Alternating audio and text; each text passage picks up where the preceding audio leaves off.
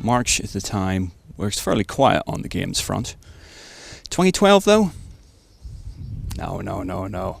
These are the games to look forward to in March, and believe me, we've got a long list to get through, so settle down, get yourself a cup of tea, bolt yourself in. Cool way to start the month with EA's returning sports franchise SSX. Now, you can currently download the demo of this on Xbox Live and PSN, so you're able to get a bit of hands-on with what the company have done with the franchise in the intervening gods. It feels like a decade since we saw it last. It keeps pretty rigid to the formula, working your way down mountains across a variety of styles, be it race it, be it trick it, or be it survive it, which is SSX's own Deadly Descent, as the subtitle of the game was known as when it was first announced last year. All indications are it's looking great, but if you're not really into that, how about the end of the world? Because EA are also releasing a tiny little game called Mass Effect 3 that you may have heard of on Game Reactor over the last million years. All accounts, again, on Xbox Live, you can play the demo, which offers the first 15 to 20 minutes of the game. You may not want to spoil that for yourself, so you may want to wait until it comes out in a couple of weeks, but if there's any game worth having this month, it's probably going to be Mass Effect 3. Of course, action RPGs may not be your thing. You may just like action. And if that's the case, you can't go far wrong with Capcom's Street Fighter Cross Tekken, or Street Fighter X Tekken, whatever way you want to use that vernacular. Obvious enough by the name indicates that it is Capcom versus Namco's best, with a huge roster on both sides of the canon.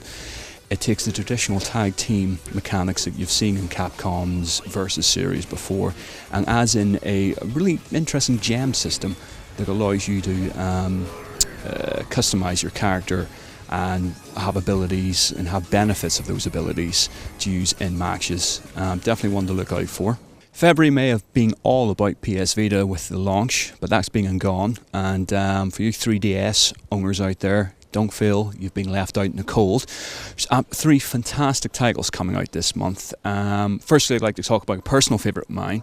This game came out for the 360 and PS3 over Christmas. PS Vita owners got a chance to go hands-on with it last month.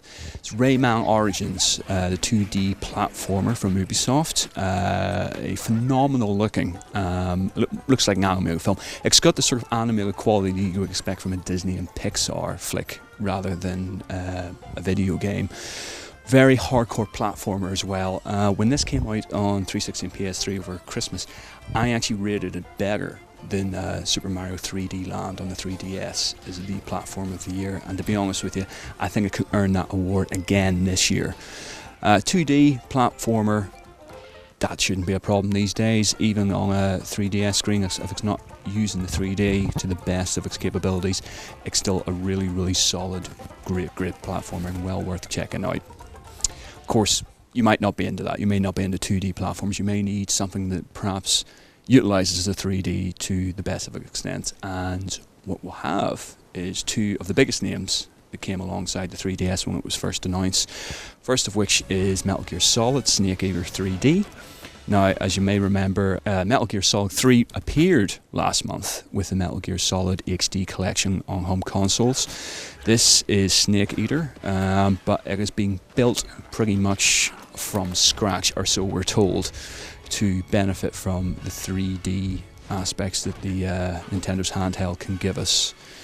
Still to play it, I have to say, but by all accounts, if you're liking the Metal Gear Solid, you're liking a little bit of the stealth action, can go far wrong. Again, if that doesn't do it for you, you have Kid Icarus Uprising. Now, what's interesting is we did play this at a hands-on event quite some time. It might have been actually this time last year. And whilst it does look beautiful, we find a real hard time playing the game with the camera controls, obviously enough mapped to the touch screen at the bottom with the stylus, and it just really angered me, really frustrated me when I was doing it. And what's happened subsequently since that is the Analog Pro, the additional stick that Nintendo released just before the Christmas period and was used, I think, originally for Resident Evil Revelations, it's now got, so Icarus now has the analog pad support, which I think was a great boon and may actually improve it 10 times over, because it's a great action or shoot 'em up style game, and the biggest problem with it was, in fact, controlling the camera at the same time as trying to shoot enemies. So with the control pad, with the Control Pro, I would highly recommend getting that if you're interested in picking up Kate Icarus, because it will give you a completely different gameplay experience. And finally, Resident Evil. Resident Evil is reappearing on consoles as a Resident Evil Operation Raccoon City. Bit of a mouthful, and God help you if you're trying to order that online, just typing it in will give me an aneurysm. It isn't Capcom doing it this time. It's Slant 6 Games, and you may well have seen previews of it on the website over the last few months. It's a cooperative survival. It's not even survival horror. Again, it sort of leans towards the action horror that the series has pushed towards over the last few years, in fact over this last generation of games. It's a hard sell, I have to admit, and we've went hands-on with it. Preview, like I say, is on the site. We love the idea of it. I mean, it is being sold, well, we're selling it anyway, as Resident Evil does Left 4 Dead, and who doesn't want a piece of that pie? So, fingers crossed, in a couple of weeks we'll have the review and things will turn up roses. With this, and with all the games that we have actually mentioned on this report, obviously enough, keep tuned in to Game Reactor. We will be having the previews, videos, as well as the reviews of these games as soon as the embargo breaks. And you want to know what they rate? Well, you'll find out soon enough.